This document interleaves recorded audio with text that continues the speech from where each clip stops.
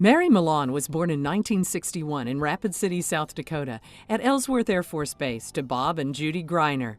Her dad was a pilot, so moving was a way of life. But they lived the longest period of their life in Okinawa, Japan. We were so close to what was happening, and I remember vigils at neighbors' houses when planes would be shot down, and we would all be waiting to see what was going to happen, and we lost friends.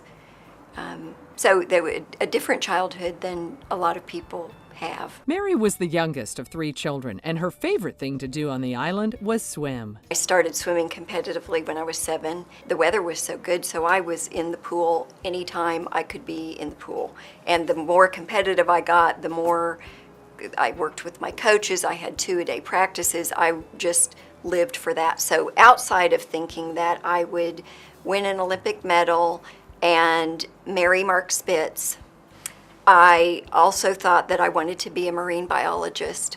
And we lived on an island, so we spent a lot of time at the coast also, and I just loved exploring and finding creatures and that kind of thing. Her father moved them to Oklahoma when Mary was 15. She graduated from Yukon High School, went to OU, and a few years after graduation, married a college friend and moved to Kansas.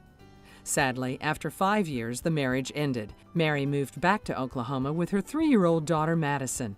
She went to work for the Journal-Record, left shortly before the bombing, and then felt a strong need to return. So I took my resume in and to the new ownership and said, I used to work here, I was good here, and I think you need me. So they hired me back as advertising director, and it was June of 1995 by then, and staff here were still really suffering. They were displaced from the Journal-Record building into Oklahoma Tower. They were working in temporary offices with wires hanging and boxes stacked, and it was a tough time emotionally for so many of them. So what I brought back was, I knew these people.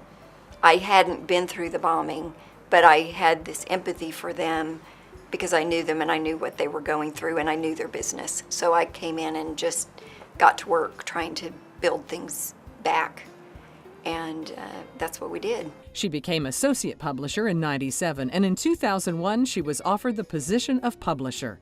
Her passion for public health programs is contagious to her staff and peers. She loves recognizing women in leadership roles and describes a special program empowering women in other countries called Peace Through Business. We work with women business owners in these countries that have been ravaged in so many ways. Rwanda by a horrible genocide in 1994 that killed nearly 1 million people in 100 days, and in Afghanistan where there's still so many issues and women are still so held back.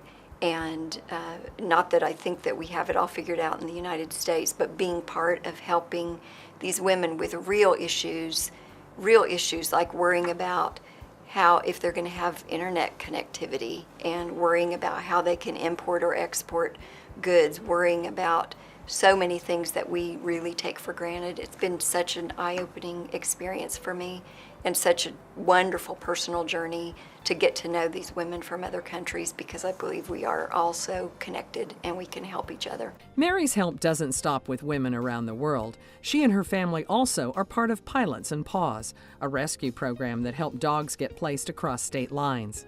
Mary's husband, Eric, flies the plane. Mary describes the man she calls the love of her life. He took on a lot, because he took on my daughter and he took on my mother, who had lived with me for quite a while, and he had an instant family, and the man is a saint. He's just such a special guy. He adopted Madison when she was 12 years old, and it happened perfectly. They'd been close before that, but she asked him to, which made it extra special. Mary's mom still lives with them along with their 4 dogs. This compassionate, loving, intelligent, highly disciplined, and very capable leader is an inspiration to everyone she meets, which is why Mary Melon is this year's recipient of the Oklahoma City University's Minder School of Business President's Award.